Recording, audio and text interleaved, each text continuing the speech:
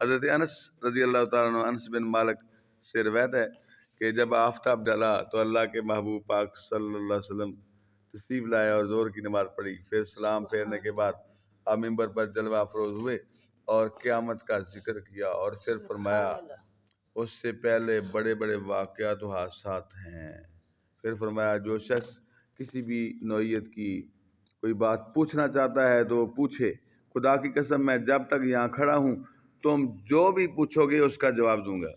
اللہ کتنی بڑی بات ہے، جو پوچھو گے اس کا جواب دوں گا، نایاب چیز حدیث پاک۔ حضرت انس رضی اللہ تعالیٰ عنہ فرماتے ہیں کہ لوگوں نے زار و قطار ہونا شروع کر دیا۔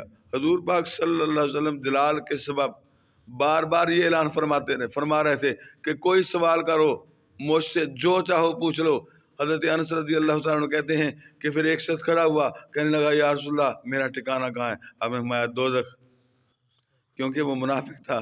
پھر حضرت عبداللہ بن حذافہ کھڑے ہوئے اور عرض کیا یا رسول اللہ میرا باپ کون ہے؟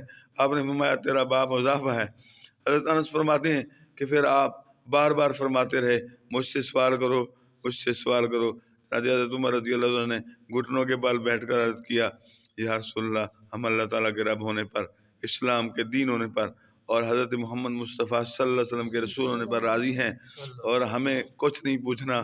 راوی کہتے ہیں کہ جب حضرت عمر نے یہ گزارش کی تو حضور نبی کریم صلی اللہ علیہ وسلم خاموش ہو گئے۔ پھر آپ نے فرمایا قسم ہے اس ذات کی جس کے قبضہ قدرت میں میری جان ہے، ابھی ابھی اس دیوار کے سامنے مجھ پر جنت اور دوزخ پیش کی گئیں، جبکہ میں نماز پڑھ رہا تھا تو آج کی طرح میں نے خیر اور شر کو کبھی نہیں دیکھا۔ اللہ صلی اللہ علیہ محمد و آلہ وصحبہ وبارک وسلم۔